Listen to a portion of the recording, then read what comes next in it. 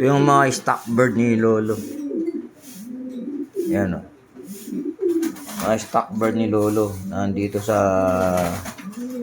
loob ng aking bahay.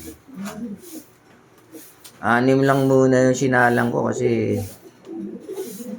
masyado nang marami yung aking yung aking kalapate. Gabi pala to, napakabilis nila mag-multiply. So inawat ko yan, inawat ko. 6 lang nakasalang dyan. Muna, pinupuno ko lang muna yung sing-sing ng MMFC.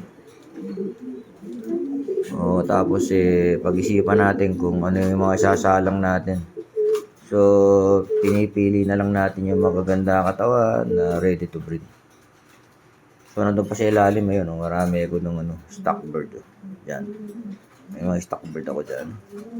So ito yung mga pair na to kaso hindi ko pa sila sinasalang itong mga nandito. Yung iba dyan nakapares. So 6 lang ang pinares ko sa kanila. So yan, ipakita ko sa inyo yung mga pedigree ng mga ginawa kong foundation ng aking mga bloodline. So yan. Bye bye.